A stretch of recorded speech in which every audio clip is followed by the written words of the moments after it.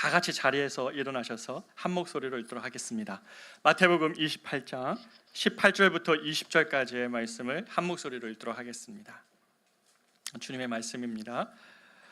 예수께서 나와 말씀하여 이르시되 하늘과 땅의 모든 권세를 내게 주셨으니 그러므로 너희는 가서 모든 민족을 제자로 삼아 아버지와 아들과 성령의 이름으로 세례를 베풀고 내가 너희에게 분부한 모든 것을 가르쳐 지키게 하라. 볼지어다 내가 세상 끝날까지 너희와 항상 함께 있으리라 하시니라. 아멘. 자리에 앉겠습니다.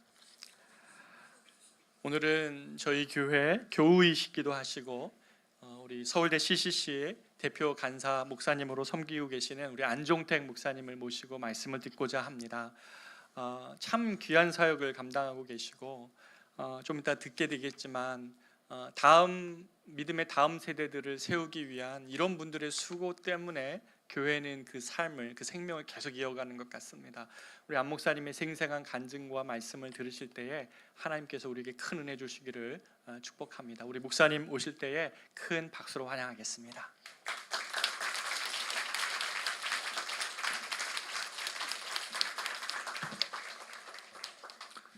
네, 안녕하세요. 저는 CCC에서 이렇게 사역하고 있는 안종택 목사입니다. 이 자리 혹시 CCC를 잘 모르는 분들이 있어서 잠깐 소개를 하면요, 전 세계에 영적 운동을 일으키는 사역을 하고 있거든요. 그래서 197개국에서 사역을 하고 있고, 한국에서는 1958년에 이제 시작을 해서 이제 대학생 사역을 좀 중심으로 좀 했습니다. 그래서 예전에는 한국 대학생 선교회라는 이름으로 이렇게 사역을 하고 있고요. 네, 저는 이제 서울지구에서 이제 속해 사역하고 있는데, 이제 서울에 캠퍼스가 한 50개 정도 돼요, 대학이. 근데 이제 저희가 현재 사역하고 있는 데는 한 43개, 이제 서울에 있는 주요 대학들을 좀 사역하고 있고, 그 가운데 한 40여 명의 우리 간사님들이, 스태프들이 풀타임 스태프로 이렇게 사역을 하고 있습니다. 저는 이제 그 간사님들이 사역을 잘 할 수 있도록 옆에서 돕고 코칭하는 일들을 좀 하고 있고, 저도 이제 한 캠퍼스를 맡아서 지금 사역을 감당하고 있습니다. 오늘 또 목사님 통해서 또 은혜의 말씀 나눌 수 있게 해주셔서 너무 감사하고요. 하나님의 은혜가 오늘 성도들 가운데 크게 또 임하는 시간 되기를 바랍니다. 요즘 미디어를 통해서 접하게 되는 뉴스나 여러 소식들을 보게 되면요, 이 땅에서 복음과 함께 믿음으로 살아간다는 것이 얼마나 쉽지 않은지에 대해서 좀 생각해 보게 되는 것 같습니다. 제가 7월에 여러 권의 책들을 좀 읽었어요. 특별히 이제 이 세상 가운데 세대 속에 어떻게 살아야 되는지 관련된 책들이었거든요. 그 중에 하나 이제 박용호 목사님이 쓰신 시대를 읽다, 성경을 살다라는 책에 보니까 이 시대에 대해서 이 시대가 어떤 모습인지에 대해서 이렇게 다음과 같이 표현을 하고 있더라고요.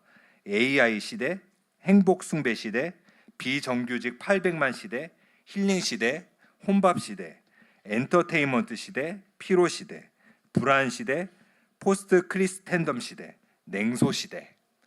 그러면 듣기만 해도 시대가 많이 변했다는 게 느껴지시죠? 저는 이걸 쭉 읽고 또 여러 가지 책들을 좀 보면서 느낀 게, 이 시대 속에서 예수님을 믿는다는 건 과연 뭘까라는 질문을 많이 화두를 좀 던져보게 된 것 같습니다. 거기다가 교회는 어떤 역할을 감당해야 되는가라는 질문도 많이 해보게 된 것 같아요. 특별히 청년 사역자로서 청년들이 직면한 현실의 고민들을 내가 복음으로 어떻게 도와줘야 되지? 그런 질문들을 많이 해보게 된 것 같습니다. 이런 시대 속에 우리 교회는 어떻게 해야 될까요? 그리고 교회 다음 세대, 어쩌면 지금 세대인 우리 청년들을 어떻게 도와야 할까요? 다양한 어떤 방법들을 제시할 수 있겠지만 저는 예수님이 답이라고 생각합니다. 사람으로서는 한계가 있지만 예수님은 모든 역사를 통틀어서 그리고 모든 사람들에게 유일한 해결책이 되어 주십니다. 예수님은 시대를 초월해서요, 모든 사람들에게 길이요, 진리요, 생명이 되십니다. 아멘. 그렇기 때문에 우리 역시 예수님이 사셨던 삶을 따라서 예수님이 행하셨던 일들을 해 나간다면 이 민족에 소망이 있지 않을까, 그런 생각을 해보게 돼요. 그 예수님이 사셨던 삶을 한마디로 요약된 말씀이 오늘 읽은 지상명령이라는 말씀입니다. 이 말씀은 예수님이 사셨던 삶을 그분의 제자들이 계속해서 이어가라고 하는 도전의 말씀입니다. 다시 한번 말씀을 좀 보도록 할게요. 그러므로 너희는 가서 모든 민족을 제자로 삼아 아버지 아들과 성령의 이름으로 세례를 베풀고 내가 너희에게 분부한 모든 것을 가르쳐 지키게 하라. 아멘. 예, 지상 명령이라는 이 표현은요, 이를 지자에 윗상자를 써서 더할 수 없이 가장 높은 위라는 의미로 위대한이란 뜻입니다. 위대한 명령이란 뜻이에요. 그래서 영어로는 Great Commission이라고 하죠. 가장 위대하신 분이 우리 교회에 맡기신 가장 절대적인 명령이기에 가장 위대한 명령인 것입니다. 그러면 이 지상 명령을 한마디로 요약하면 이거예요. 가서 복음을 전하고 제자를 삼고 그 제자가 또 다른 사람에게 복음을 전해라. 이것이 이 지상 명령의 큰 내용입니다. 사실 헬라어 원문으로 이렇게 지상 명령이란 복음을 보게 되면 주요 동사가 4개가 나옵니다. 4개가 나오는데 주동사라고 할 수 있는 핵심적인 동사가 있는데 그 동사가 제자를 삼아라, make disciples라는 단어예요. 나머지 3개의 동사는 가라, 세례를 베풀어라, 그리고 가르쳐 지키게 하라는 동사인데 이 동사는 주동사를 수식해 주는 분사 구문 형태로 되어 있습니다. 그래서 이 지상 명령을 한마디로 요약하다 하면은 뭐냐면 예수님을 진정으로 따르는 제자를 세우라라는 것이 이 지상 명령인 것입니다. 그래서 여러분 신약 성경을 읽어보면 알겠지만은 예수님을 따랐던 우리 믿음의 우리 초대교회와 선진들은 어떻게 살았습니까? 예수님의 명령을 따라서 가는 곳마다 복음을 전하고 예수의 제자된 삶을 살았어요. 근데 여러분 신약 성경을 읽어보셔서 아시겠지만은 우리 예수님을 따르는 우리들, 그러니까 그리스도인들을 향해서 지칭하는 표현들이 나오는데 그리스도인이라고 표현한 것은 신약 성경 전체에 걸쳐서 3번 나옵니다. 그런데 예수님을 따르는 사람들, 이 그리스도인이라는 표현 말고 다른 표현으로 쓴 게 뭐냐면 제자라고 쓴 표현인데요. 이 제자라고 쓴 표현이 신약 성경에 몇 번 나온 줄 아세요? 269번 나옵니다. 그러니까 쉽게 말하면 이거예요. 예수님을 믿는다는 것은 신약 성경의 관점에서 보면은 제자가 된다는 거예요. 예수님의 제자 훈련에 따라서 예수님이 빚어가는 사람이 된다는 것입니다. 그렇기 때문에 이 마태복음 오늘 읽은 말씀에 따라서 먼저 우리가 예수님의 제자가 되고 또 사람들을 예수님의 제자로 세우는 것이 정말 오늘날 교회가 집중해야 될 본질적인 사역이라는 생각이 듭니다. 그리고 실제로 이것이 청년 사역의 핵심이기도 해요. 제가 믿는 것은 프로그램이 아니라 사람이라는 생각을 갖고 있습니다. 예수님의 제자를 세우는 것이 건강한 청년 공동체를 세우는 방법이기도 합니다. 제가 이제 청년 사역을 하면서 청년들한테 늘 외치는 표현이 있거든요. 영어로 truly follow Jesus, 예수님을 진정으로 따르는 사람이 되라라는 표현인데요. 줄여서 예진따 이렇게 요즘에 하고 있습니다. 예수님을 진정으로 따르는 사람이 되라. 이것이 왜 중요하냐면 우리들의 정체성이 있기 때문에 그래요. 사람들이 우리를 봤을 때 우리를 뭐라고 표현하냐면 예수님을 진정으로 따르는 사람들이다라고 표현했으면 좋겠어요. 예수 따름이들이 됐으면 좋겠어요. 그것이 여러분 이제 사도행전에 보면 11장에 나오잖아요. 첫 번째 닉네임이 그거였잖아요. 그리스도인이다. 왜 그리스도인입니까? 그리스도와 같이 행동하니까. 예수님처럼 행동하니까 야 그리스도와 똑같은 사람이다라는 거예요. 우리나라 시대로 하면 이제 옛날 말하면 예수쟁이들이라는 표현을 썼죠. 정말 예수님을 따르는 사람들. 그래서 여러분의 직장에서 여러분의 삶의 주변에서 혹시 누군가 이런 얘기를 해본다면 혹시 예수님을 진짜 따르는 사람 혹시 아는 사람 있어? 진짜 예수님 진짜 믿는 사람 아는 사람 있어? 아는 사람 있다고. 우리 회사 직원이라고. 커맨시 교회 다닌다고. 나 아는 사람 있다고. 커맨시 교회 집사님이셔? 막 얘기하는 그런 일들이 일어났으면 좋겠어요. 그런 사람들로 인해서 세상이 좀 더 나아지고 좀 더 은혜의 복음들이 흘러갈 수 있는 세상이 되면 얼마나 좋을까 싶습니다. 저는 예수님을 진정으로 따르는 사람이 어떤 사람인지에 대해서 오늘 말씀을 갖고 좀 더 깊게 한번 좀 살펴봤으면 좋겠어요. 첫 번째로 진정으로 예수님을 따르는 사람들, 예진따사, 이 사람들의 첫 번째 특징은 예수님의 증인된 삶을 사는 사람들이에요. 예수님의 증인된 삶을. 여러분 오늘 본문 말씀에 보면은 19절에 가서 가라라고 말씀하고 있어요. 그 다음에 세례를 베풀어라라고 이야기하고 있습니다. 이게 무슨 말씀입니까? 가서 복음을 전하고 예수님을 믿는 사람들에게 세례를 주라는 거죠. 즉 이 말은 뭐냐면 예수님처럼 복음을 증거하는 삶을 살아가라는 거예요. 그것이 예수님에게 우리에게 부탁하신 말씀인 것입니다. 예수님의 삶을 여러분 가만히 살펴보면 어떻습니까? 이게 복음서를 딱 보면 예수님께서 그렇게 사셨잖아요. 천국 복음을 전파하고 또 가난한 자, 소외된 자, 죄인들을 품고 치유하시고 회복시키셨어요. 그 예수님 안에 있는 참된 평안, 참된 기쁨, 참된 만족, 그리고 참된 안식을 그들로 하여금 누리게 하셨습니다. 예수님과의 연합 속에서. 그것이 예수님이 하셨던 일이잖아요. 근데 그거를 이제는 우리들이 해 나가라고 주님이 말씀하시는 거예요. 그 일이 예수님 시대에 끝나는 것이 아니라 그분의 제자들, 그분의 사도들을 통하여서 계속 이어져 가는 거예요. 세대가 세대를 거듭해 가면서 그 일들이 계속 이루어져 가라는 거예요. 그것이 정말 정말 중요하다는 것입니다. 왜 예수님의 복음이 이토록 중요할까요? 왜냐하면 이 세상은 죄로 얼룩져 있기 때문에 그렇습니다. 이 세상의 가장 근본적인 문제가 무엇입니까? 바로 죄 아닙니까? 여러분, 우리가 겉보기에는 사회적인 문제들이 굉장히 많이 있어요. 뭐 사람들이 많은 성공에 집착하는 성공주의 문제 있고, 행복 숭배에 대한 어떤 열망들도 크게 있고, 또 돈을 만몬으로 삼아서 또 우상 숭배하듯이 물질주의 우상 숭배에도 빠져 있고, 사회 기후 문제도 굉장히 많이 있고요. 그리고 여러 가지 우리가 질병의 문제들, 뭐 코로나와 같은 굉장히 어려운 문제들이 굉장히 많이 발생하고 있잖아요. 근데 이 문제들이 왜 발생을 했냐는 거예요. 성경을 우리가 성경적 관점으로 말씀을 보게 되면 이 모든 문제들이 죄로 인해서 왜곡된 세상, 파괴되어진 어떤 환경으로 인해서 나타난 문제들이라는 거예요. 근본적인 문제의 해답은 뭡니까? 그렇기 때문에 죄를 해결할 수 있는 것이 가장 근본적인 문제 해결이야 한 거예요. 사람들은 이 죄에 종속되어 있다 보니까 어떤 삶을 살게 됩니까? 여러분이 잘 알듯이 요한 1서에 나온 것처럼 이생의 자랑, 그렇죠? 안목의 정욕, 육신의 정욕에 따라 삽니다. 그것에 매여 있다 보니까 어때요, 사람들이요? 계속적으로 자기의 탐심, 깊은 탐심들을 추구하게 되고, 이 깊은 탐심들을 사로잡기 위해서 어느 순간에는 하나님 자리에 자기가 서려고 하는 거예요. 우리 팀 켈러 목사님이 이제 쓰신 책 가운데 내가 만든 신이라는 책이 있는데, 그 책의 내용이 그 내용이거든요. 결국 사람들이 하나님이 되고자 하는 거예요. 하나님이 되고자 하는 거. 그것이 선악과의 모습 아닙니까? 끊임없이 하나님이 되고자 한다는 의미가 무엇입니까? 하나님 없이도 살 수 있다는 거예요.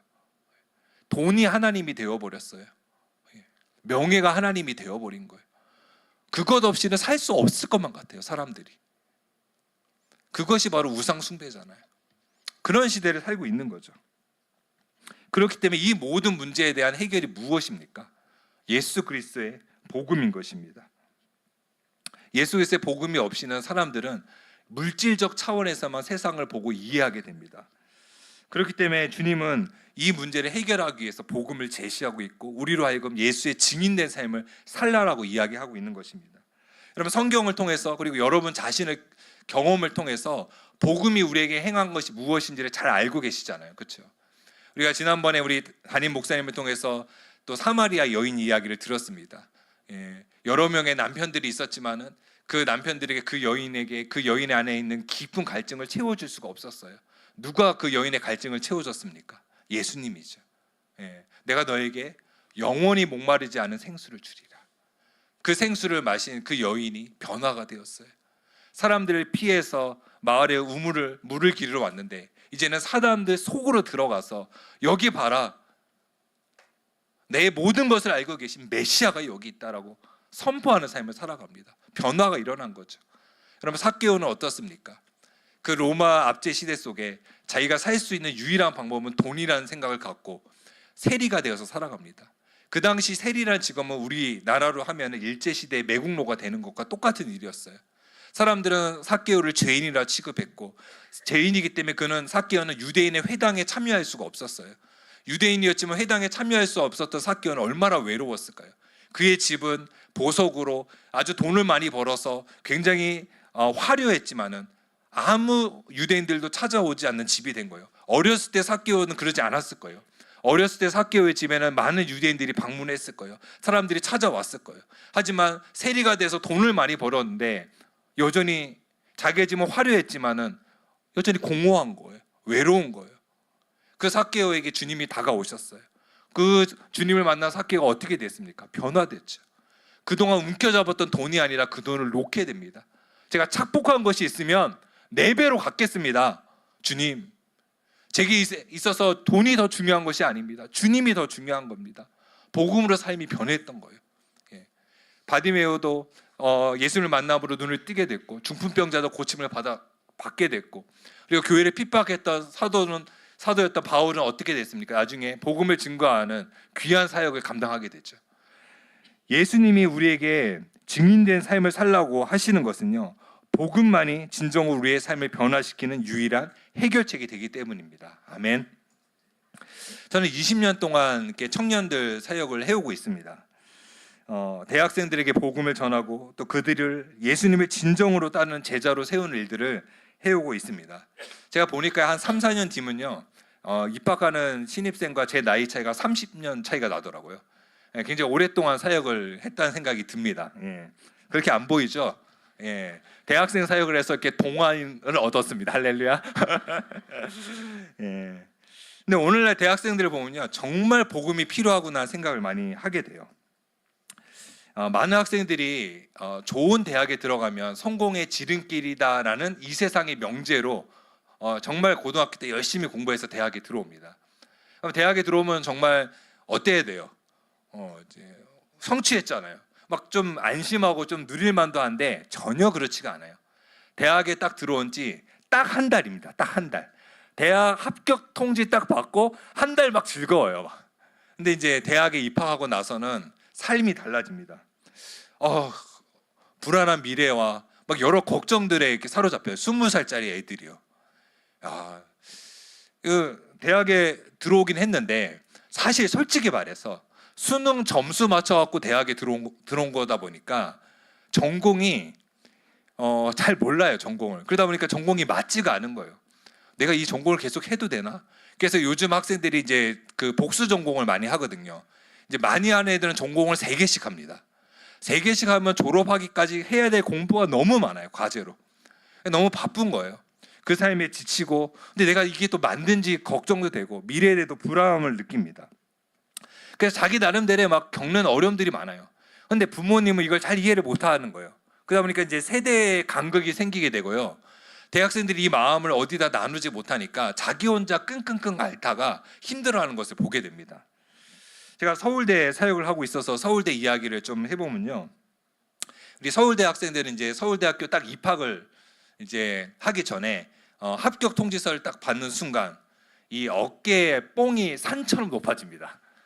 그렇지 않겠습니까, 여러분? 열심히 공부했는데 서울대 합격했습니다. 딱 들었으니까 어떻겠어요? 뭐 세상을 다 가진 것 같겠죠. 근데 이제 얘네들이 입학을 하고 학교에 딱 들어와요. 딱 들어오면은 그 어깨에 뽕이 쑥 빠져요. 왜냐면 들어왔더니 너도 나도 다 서울대생인 거예요. 자기가 고등학교 때는 공부를 제일 잘하는 사람이었어요. 학교에 선생님들이 칭찬하고 대단하다 그냥 한 거예요. 근데 서울대 왔더니 분위기가 어떠냐면 너도 나도 다 잘해요. 진짜 잘해요. 뭐 교수님이 과제를 주면요, 그냥 이렇게 대충대충 하는 게 아니라 서울대생답게 미국 논문을 찾아갖고 아주 탁월하게 해요. 그러니까 교수님의 기준이 더 높아져요. 이것도 해내네? 이것도 해내네? 그러니까 계속 기준이 높아지니까 나머지 애들은 따라가기가 너무 힘든 거예요. 그러면서 자기들 안에 계속 비교하고 열등의식 느끼고 막 그런 일들이 굉장히 큽니다. 좌절하고 막 그래요. 그러다 보니까 이 아이들이 우울증과 공황장애를 굉장히 많이 앓습니다. 여러분 놀랄만게도 학교 그 대학생 통계 자료에 보게 되면요, 우울증 환자 1위가 서울대입니다. 대학생 중에 우울증 환자가 제일 많은 데가 서울대예요. 제가 가르치는 학생들 중에도 이제 공황장애를 앓고 있는 학생들이 꽤 됩니다. 굉장히 힘들어요. 공황장애를 언제 이렇게 알려고 하니까 중간고사 시험에 시험 기간에 시험 들어가면은 공황장애가 생겨갖고 시험을 못 보고 나온다는 거예요. 심장이 너무 뛰어서. 그 정도로 아이들이 굉장히 어려운 생활, 힘든 생활을 겪고 있습니다. 남들이 부러워할 만한 대학에 왔어요. 그러면 좀 더 누리면 좋잖아요. 근데 현실은 그렇지 않다는 거예요. 쉽지가 않은 거예요. 그리고 서울대 학생들이 조금 이렇게 여기 뭐 계신 사람도 있을 수 있겠지만은 약간 좀 사회성이 좀 부족해요. 왜냐면 공부만 해서 그런지 이렇게 사회성이 조금 딸립니다, 여러분. 그러다 보니까 직장 생활을 잘 못해요. 예, 직장에 가도 이렇게 자기만 잘난 줄 알아갖고 그래갖고 직장 생활 잘 못하고 하다 보니까 대부분 뭘 하냐면 창업을 많이 해요. 근데 이제 이 선배들 가운데 창업 가운데 성공한 분들이 좀 있잖아요, 그렇죠? 뭐 네이버나 뭐 카카오나 이렇게 걔네들도 눈은 높아서 그것만 봐요. 그러니까 자기도 창업하면 그렇게 될 줄 알아요. 근데 실제로 현장에 나가면 어때요? 쉽지 않잖아요. 어려워요. 예, 한 학생이 그러더라고요. 창업을 하고 있는데 간사님 저 처음으로 이렇게 부모님께 졸업하고 용돈 받게 생겼어요.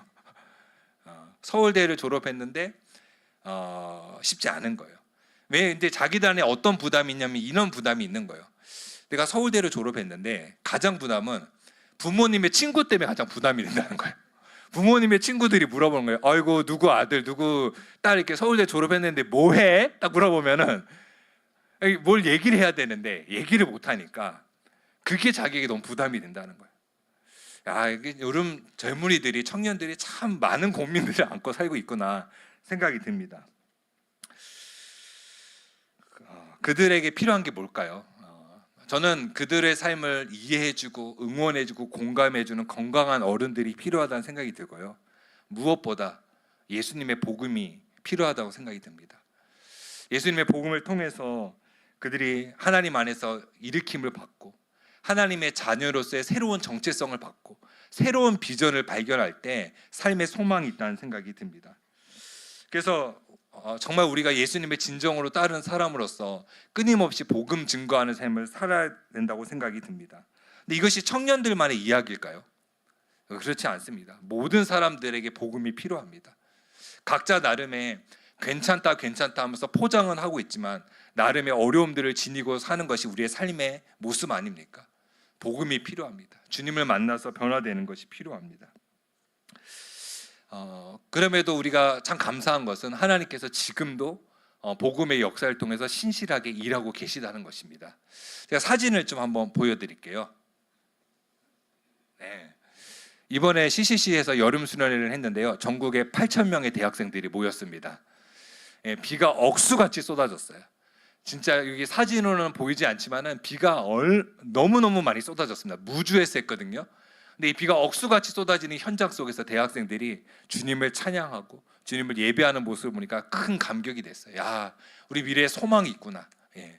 그 다음 사진 한번 보여주시겠습니까? 예.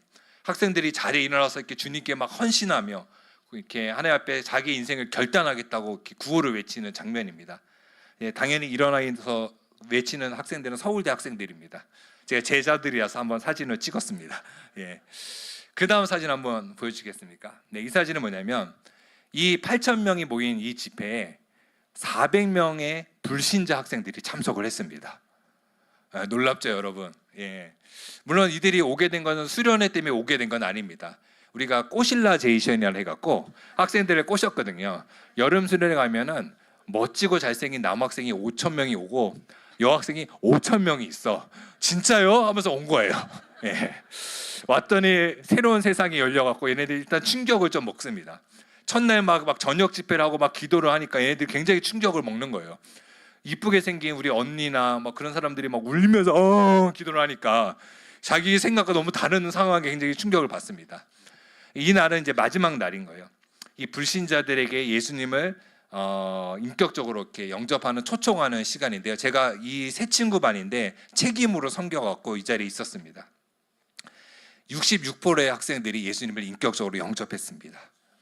거기다가 33%의 학생들은요 영접을 했는데 이게 영접한 거지 않은지 잘 몰라가지고 잘 모르겠다라고 표시를 했어요. 예. 그러니까 거의 90% 학생들이 예수님을 영접한 거예요.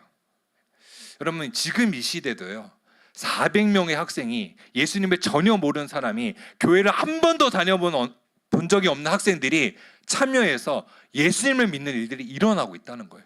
할렐루야. 저는 이걸 보면서 우리 민족에 소망이 있지 않나 싶습니다. 하나님은 신실하게 지금도 복음의 일들을 해나가고 계십니다.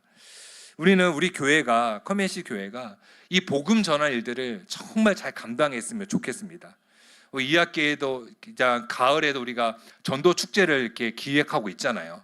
그래서 우리 주변에 있는 사람들, 또 직장에 있는 사람들을 정말 우리가 기도하는 마음으로 교회로 초청해서 그들이 한 번이라도 인생에 정말 한 번이라도 복음을 들을 수 있도록 돕는 일들을 우리가 잘 감당했으면 좋겠습니다. 특별히 우리 청년들이 이번에 그냥 여름 수련회로 자기들끼리 모여서 좋은 시간 갖고 뭐 레크레이션 하고 밤새 마피아 게임 하는 거 하지 않고 국내 선교 가서 정말 국내 선교를 섬길 수 있는 게 너무너무 대단한 생각이 들어요. 가서 정말 우리 목사님이 기도 아까 인도해 주신 것처럼 영적인 시야들이 넓혀져서 정말 잃어버린 영혼을 향한 하나님의 마음을 좀 배울 수 있는 시간이었으면 좋겠고, 또 그 땅 가운데 정말 하나님의 마음으로 복음을 증거함을 통해서 회복이 일어나고 치유가 일어나고 그리스도로 인해서 정말로 천국의 잔치가 일어나는 그런 시간들이 됐으면 좋겠어요. 그래서 많이 응원해 주시고 정말 잘 결정한 시간이라는 생각이 드는데, 우리 다시 한번 옆에 있는 우리 청년들 위해서 박수 한번 좀 보내드릴까요?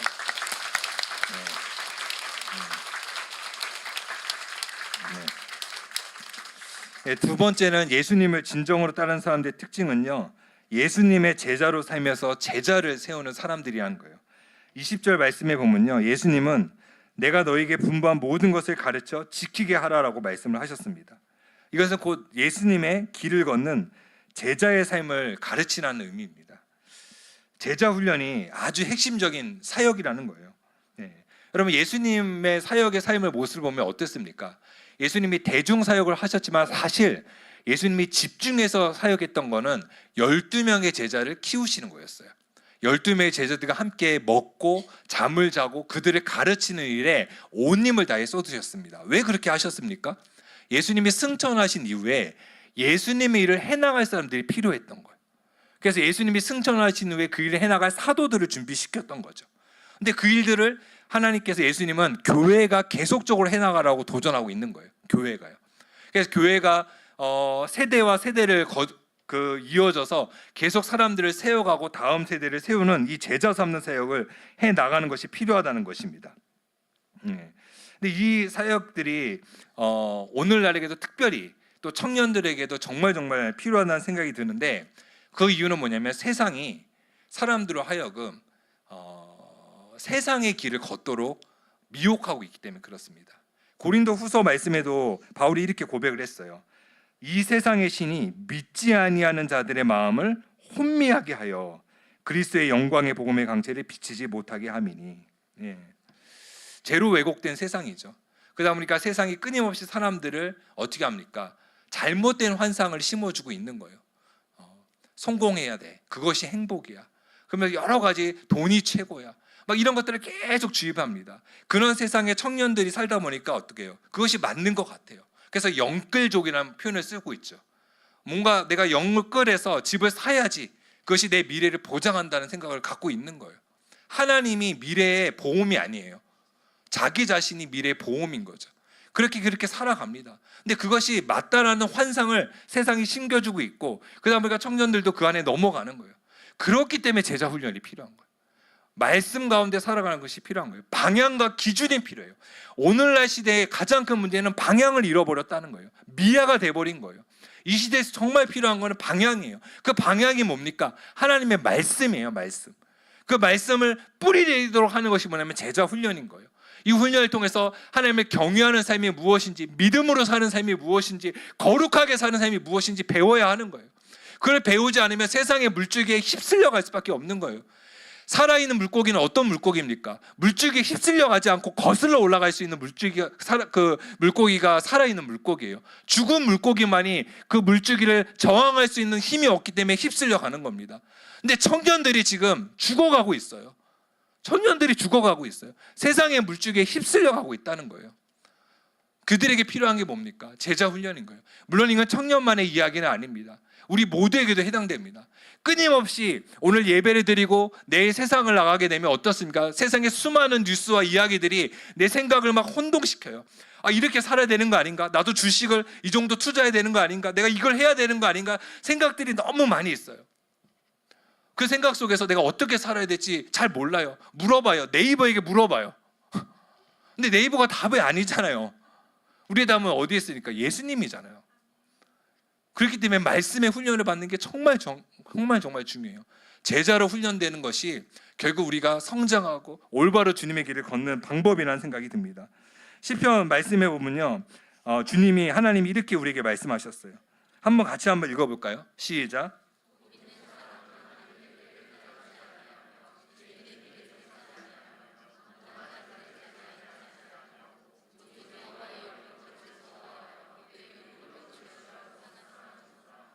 예수님도 말씀하시죠. 자기를 부인하고 자기 십자가를 지고 나를 따르라. 이 나를 따르라라는 헬라어 원문 자체가 제자가 되라는 뜻이에요. 제자가 되라라고 말씀을 하고 있는 것입니다. 그래서 우리는 우리 스스로가 제자가 되어야 되고 또 이 제자를 세우는, 다음 세대를 세우는 삶을 살아야 됩니다. 이 다음 세대까지 제자 훈련들이 이어져서 세우는 것이 중요한 이유가 사사기에 나오는데요. 사사기 말씀도 한번 잠깐 같이 볼게요. 제가 한번 읽어보겠습니다. 백성이 여호수아가 사는 날 동안과 여호수아 뒤에 생존한 장로들, 곧 여호와께서 이스라엘 위하여 행하신 모든 큰 일을 본 자들이 사는 날 동안에 여호와를 섬겼더라. 그 다음입니다. 그 세대의 사람도 다 그 조상들에게로 돌아갔고 그 후에 일어난 다른 세대는 여호와를 알지 못하며 여호와께서 이스라엘 위하여 행하신 일도 알지 못하였더라. 여러분, 사사기 봐서 아시죠? 어떻게 됐습니까? 암흑 시대에 빠지죠. 사람들이 자기 소견에 오른 대로 행하고 가나안 우상 숭배에 빠지게 됩니다. 오늘날 세상이 사사기 같지 않습니까? 사람들이 자기 소견에 오른 대로 행하고 있고요. 포스트 모더니즘 때문에 진리가 상대화돼서 내 생각도 없고 너의 생각도 오르니까 내 신념을, 내 가치에 대해서 어떤 거 사람들에게 침해하지 않도록 합니다. 그래서 전도하는 것들을 굉장히 무례한 것이라고 생각을 합니다. 그런 시대를 살고 있어요. 보편적 도덕이 힘을 잃어가고 있는 시대를 살고 있습니다. 근데 이 시대의 사사기의 핵심이 뭡니까? 왜 이 문제가 생겼습니까? 신앙의 전수가 이어지지 않았기 때문에 그래요. 부모들이, 어른들이 자녀들에게 신앙을 전수하고 가르치고 본인이 모범이 돼야 되는데 그걸 실패한 거예요. 그것이 사사시대인 거예요. 근데 흥미롭게도 이 사사시대를 끝낸 것이 뭔지 아십니까? 하나님께서 어린 다음 세대인 사무엘을 세우신 것입니다. 믿음의 여인의 기도의 상고로 태어난 한 아이를 주님의 성전에서 키워가시면서 다음 세대를 준비하신 거예요. 저는 이런 일들이 우리 교회에도 필요하다는 생각이 듭니다. 교회의 다음 세대들은요, 바로 믿음의 어머니들은 우리들의 기도의 젖줄을 통해서 태어납니다.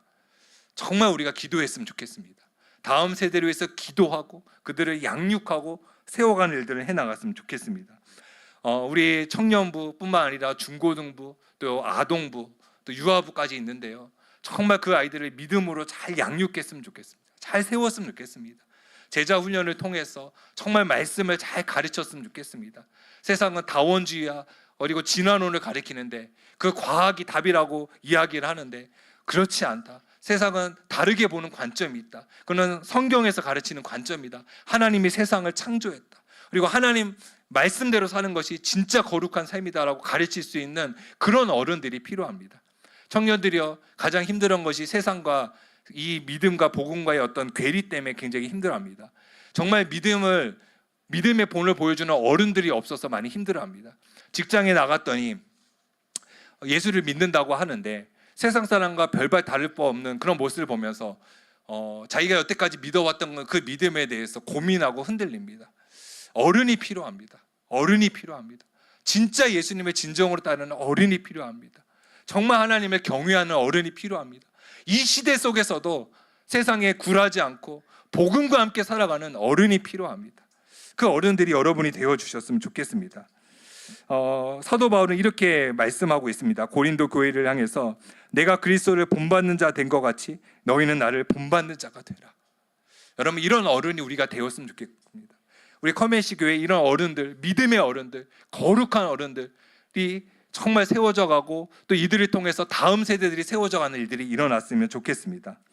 학원보고마협의회에서 전국의 대학생 1000명을 대상으로 조사한 설문지에 보면요, 오늘날 개신교가 14.5%라고 합니다. 대학생들 중에서요.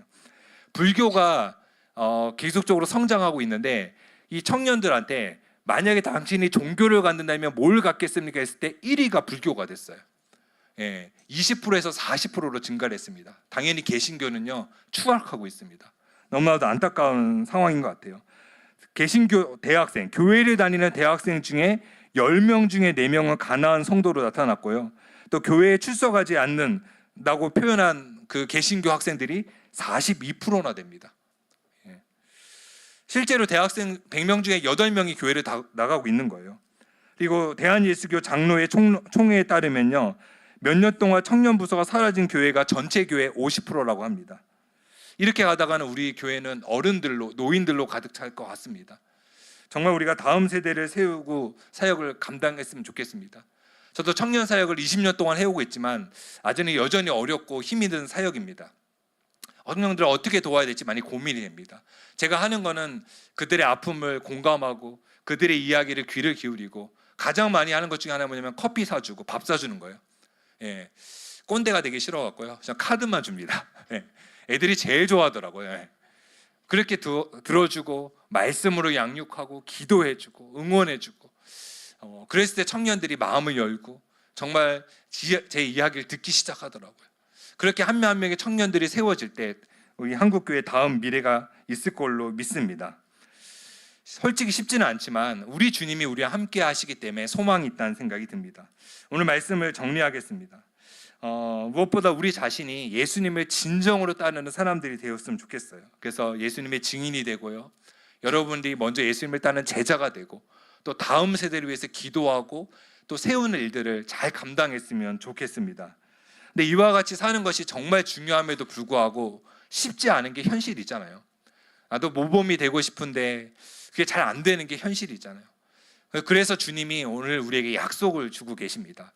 여러분, 지상 명령을 애워싸고 있는 문맥이 있습니다. 이것이 사실 핵심인데요. 오늘 읽은 28장 18절에 보면 예수님께서 이렇게 말씀하시죠. 하늘과 땅의 모든 권세를 내게 주셨으니, 그리고 마지막 20절에 끝날까지 너희와 항상 함께 있으리라. 아멘. 무슨 말씀입니까? 이 지상 명령을 성취하고 완성하는 것은 주님의 일이고 주님께서 반드시 그 일을 하실 거라는 것입니다. 그것이 우리가 믿는 약속입니다. 아멘. 다만 주님께서 우리를 이 사역에 초대하고 계신 것은 이 사역을 통해서 이 주님의 은혜를, 기쁨을 우리가 함께 누리도록, 동참하도록 호소하는 것입니다. 그래서 우리가 함께 주님께서 걸어가셨던 길을 함께 걸어가며 정말로 이 사람을 세우고 사람을 일으키는 일들을 잘 감당하는 그런 교회, 커맨시 교회 됐으면 좋겠습니다. 아멘.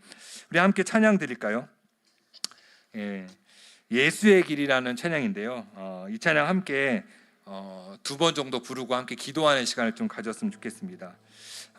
후렴 가사만 좀 불러드릴게요. 예수의 길, 그 좁은 길, 나는 건네 주 손잡고, 그 무엇도 두렵지 않네, 주님 주신 약속 내게 있으니, 세상의 길, 그 험한 길, 승리 안에 성령으로, 그 무엇도 바라지 않네, 저 하늘에 내 소망 있으니. 우리 후렴만 한번 같이 부르면서 주님께 나아갔으면 좋겠습니다.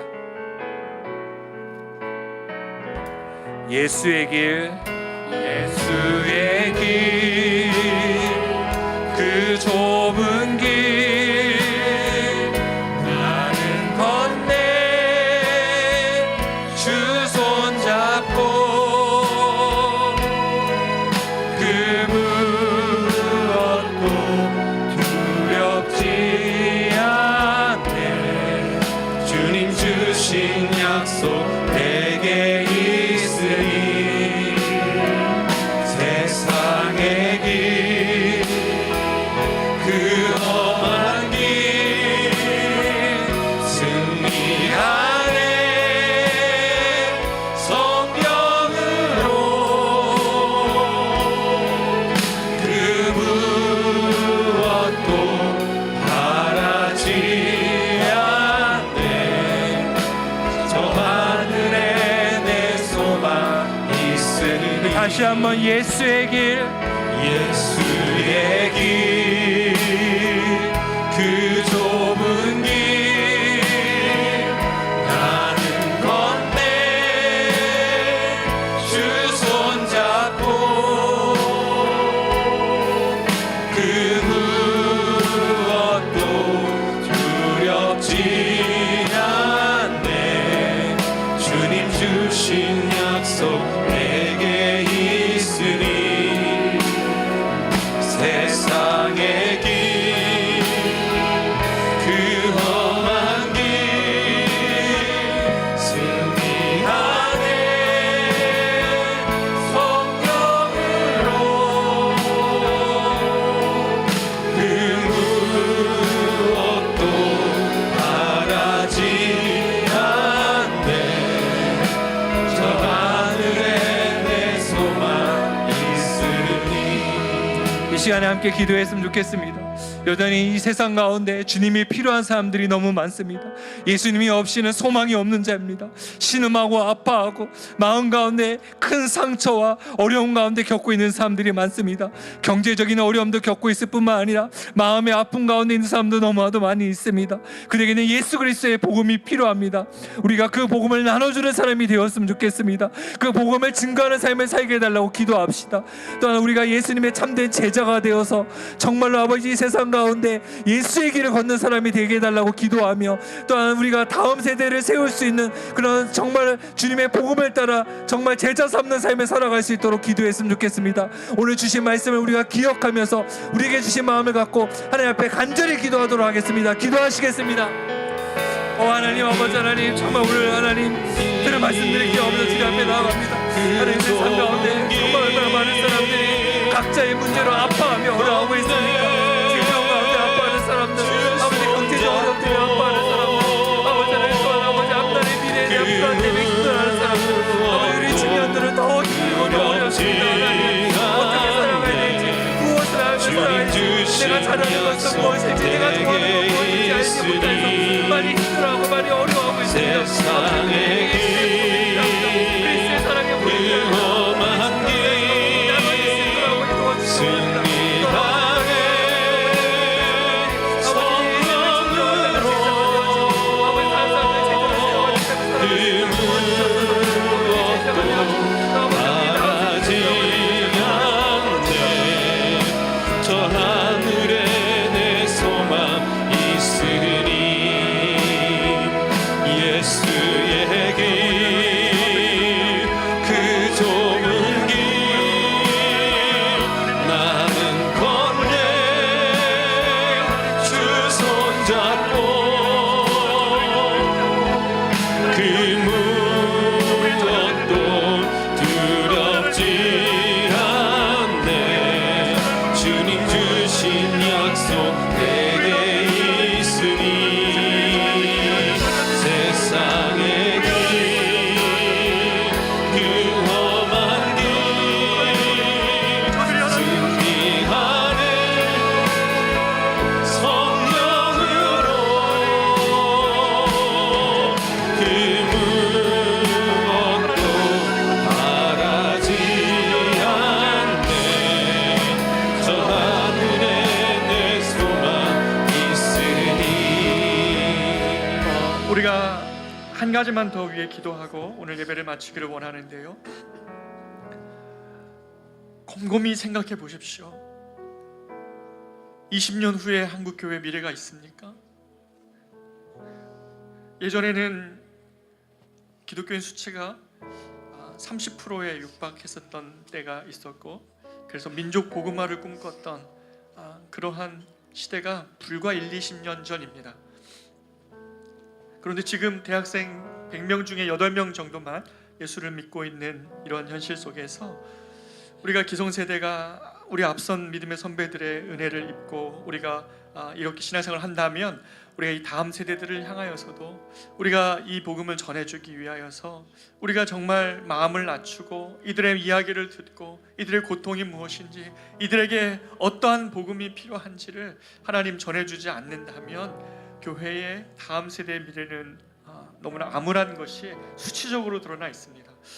그렇기 때문에 우리가 마음을 가지고 기도하기를 원합니다. 우리 교회의 믿음을 갖기 위하여 나와 있는 우리 청년들을 살려내기를 원하고요, 우리 교회에 있는 우리 중고등부 아이들, 그리고 우리 유초등부 영아부의 아이들을 살려내기를 원합니다. 이들을 정말 믿음의 세대를 키워가기를 원하고요, 또한 이 복음이 저들에게 모순적으로 들리지 않았으면 좋겠습니다. 아까 바울의 복음처럼 내가 그리스도를 본받는 자 먼저 되겠으니 내 뒷모습 보고 예수 믿으러도 된다고 그렇게 말해줄 수 있는 것이 기성세대들이 복음을 전해주는 방법인데, 우리 이렇게 이 시간에 같이 한번 결단했으면 좋겠습니다. 하나님 아버지, 우리 거맨시 교회가 믿음의 다음 세대들을 세워가는 교회 되게 하여 주십시오. 특별히 내가 예수를 따라가겠사오니 나의 믿음의 뒷모습 보고 우리 다음 세대들 자녀들이 따라갈 수 있도록 하나님 이런 믿음의 길, 복음의 길 걸어갈 수 있는 저희들 될 수 있게 해달라고, 우리 거맨시 교회가 이 다음 세대들을 잘 세워가는 교회 될 수 있게 해달라고, 이것을 놓고 같이 한번 기도하고 예배를 마무리하도록 하겠습니다. 기도하겠습니다. 존귀하신 아버지 하나님, 그렇습니다. 하나님 아버지, 불과 50년 전에 아버지 하나님 있었던 이 땅의 복음이 아버지 하나님 지금은 온데간데 없는 것처럼 사람들이 예수 그리스도께서 떠나가고 있습니다. 특별히 우리 청년 세대들, 그리고 하나님 우리 다음 세대들이 복음에 대하여 들어서도 하나님 그것에 대하여 모순을 느끼는 것이 하나님 현실입니다. 오 하나님 아버지, 사도바울과 같은 복음의 정신이 다시 살아나기를 원합니다. 내가 예수를 믿고 따라갈 테니 나의 자녀들이 나의 뒷모습을 보고 예수를 따라갈 수 있는 그런 교회 될 수 있도록 인도하여 주십시오. 이런 세대들이 하나님 마음을 낮추고 하나님 무릎을 낮추어서 그들의 이야기를 듣고 저들이 하나님 믿음의 세대들을 구원하기 위하여 필요한 것이 무엇인지를 들으며 아픔이 무엇인지를 들으며 그들의 소리를 들을 때에 이 다음의 세대들이 믿음의 세대들로 자라갈 수 있도록 인도하여 주시옵소서. 특별히 하나님 우리 중고등부 아이들, 우리 하나님 영아버지 주부에 이르기까지 우리 커맨시 교회가 이 다음 세대를 세워갈 때에 아버지 하나님 우리 정말 이 그대로 아버지 하나님 내가 예수를 따라갈 때니 나의 뒷모습 보고 따라오라고 말해줄 수 있는 그런 커맨시 교회가 될 수 있도록, 우리 교회가 될 수 있도록 인도하여 주시옵소서. 복음의 역사들이 나타날 수 있도록, 하나님 복음의 은혜가 나타날 수 있는 교회 될 수 있도록 주님이 인도하여 주시옵소서. 주여 하나님 그런 은혜가 하나님 모든 교회에 하나님 우리 커맨시 교회 하나님 다음 세대 사역자 일어날 수 있도록 주님 인도하여 주시기를 원하고 기도합니다. 우리 다 같이 일어나 찬양하겠습니다. 그 험한 길 승리하네 성령으로 그 무엇도 바라지 않네 저 하늘에 내 소망 있으니.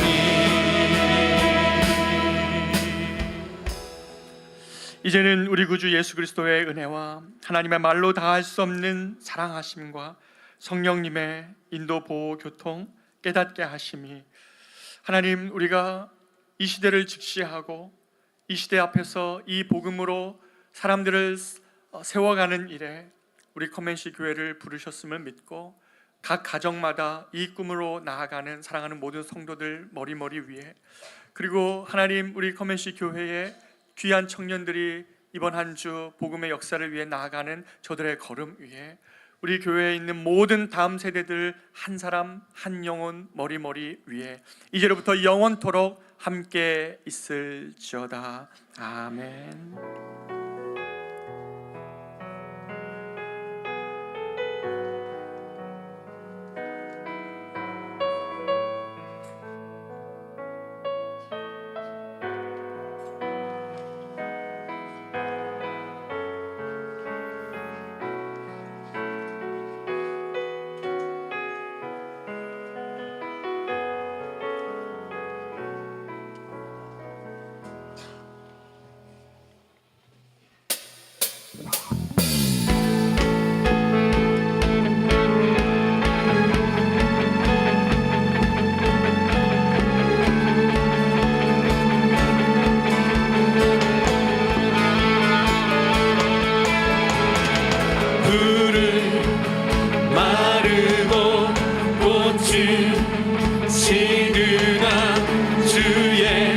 말씀은 영원해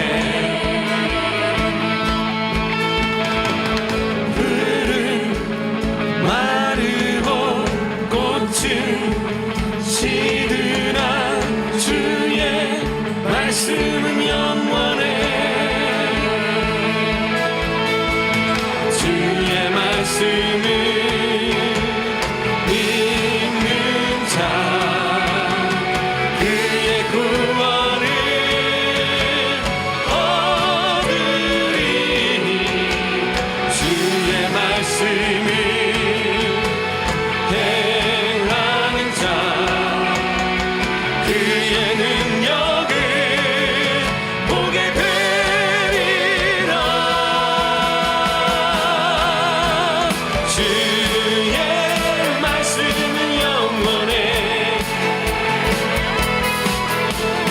주의 말씀은 영원해 주의 말씀은 영원해 영원해 영원해 주의 말씀은 주의 말씀은 영원해 영원하신 주의 말씀은 영원해